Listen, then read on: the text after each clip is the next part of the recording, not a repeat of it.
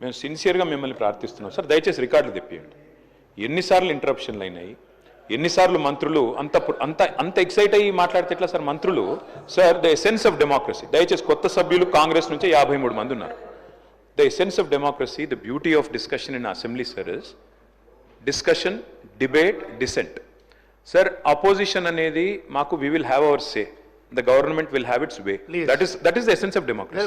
దయచేసి నేను వారిని మిమ్మల్ని కూడా కోరేది సార్, మంత్రులకి సంయమనం ఉండాలి, రిస్ట్రెయింట్ ఉండాల్సింది ట్రెజరీ బెంచెస్కి.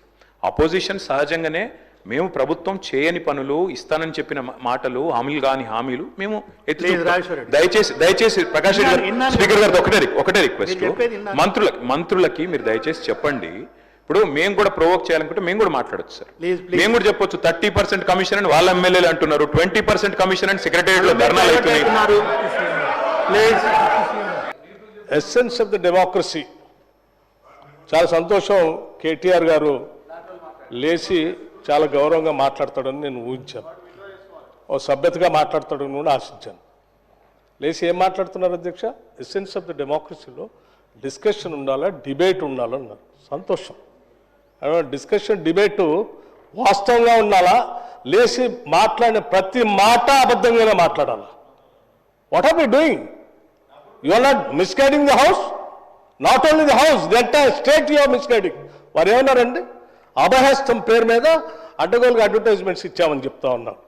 సివిల్ సర్వీస్ స్టూడెంట్స్ కోసం మన రాష్ట్రం నుంచి పోతున్నటువంటి విద్యార్థులకి, పేద మధ్యతరగతి బడుగు బలహీన వర్గాలకు సంబంధించిన విద్యార్థులకి, ఇంక్లూడింగ్ ఈడబ్ల్యూఎస్ స్టూడెంట్స్ కూడా, ఎవరైనా ఈ రాష్ట్రం నుంచి భారతదేశంలో నడుపుతున్నటువంటి యూపీఎస్సీ ఎగ్జామ్ కోసం డబ్బులు లేకుండా ఇబ్బంది పడతా ఉంటే వాళ్ళకు కొంచెం ప్రోత్సహిద్దామని చెప్పి మేము ప్రిలిమినరీ పాస్ అయినటువంటి వాళ్ళందరికీ, ప్రతి అభ్యర్థి ఎవరు అప్లై చేసుకుంటే వాళ్ళందరూ ₹1,00,000 ఇద్దామని చెప్పాం. మెయిన్స్ కంప్లీట్ చేసి ఇంటర్వ్యూకి పోతా ఉంటే ఢిల్లీకి పోయి ఆడ ఉండటానికి, కోచింగ్ తీసుకోవడానికి ఎంతో కొంత సాయం చేస్తే కొద్దిగా ఎక్కువ మంది ఇంటర్వ్యూలో సెలెక్ట్ అయ్యి మన రాష్ట్ర విద్యార్థులు వస్తే రాష్ట్రానికి గౌరవం, కొంత మర్యాద, కొంత భవిష్యత్తులో వాళ్ళు ఎక్కడున్నా కానీ రాష్ట్ర ప్రయోజనాల కోసం ఉపయోగపడతారని వాళ్ళకు ₹1,00,000 ఇద్దామని చెప్పాం. ఇది మంచి పథకం కదా అధ్యక్ష? Is there anything wrong in this? In the interest of the స్టేటే కదా చేసింది. చేసిన దానికి మీరు 4 కోట్లు చేశారు, 40 కోట్లు అడ్వర్టైజ్మెంట్ చేసుకున్నారు. నేను అడుగుతా ఉన్నాను పల్లా రాజేశ్వరరెడ్డి గారిని, అడ్వర్టైజ్మెంట్ మీరు చూసారా? ఇచ్చామా? ఇది is it not a blanket statement of misguiding the house? Can't do like this. అధ్యక్ష, వారు లేచి ఇంకో ఆయన లేచి మాట్లాడుతూ ఉన్నారు కేటీఆర్ గారు.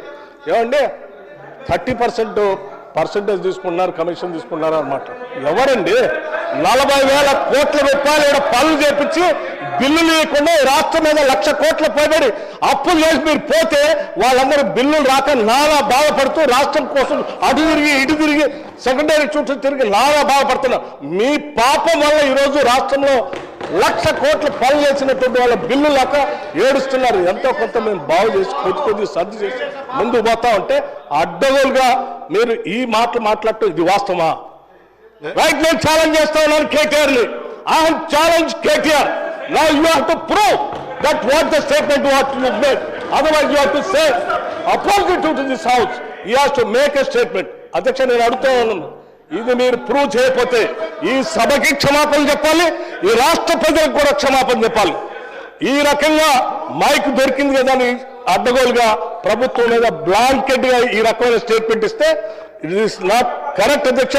గౌరవ సభ్యుడు దీని మీద తిరిగి సమాధానం చెప్పాలి, క్షమాపణ కూడా చెప్పాలి.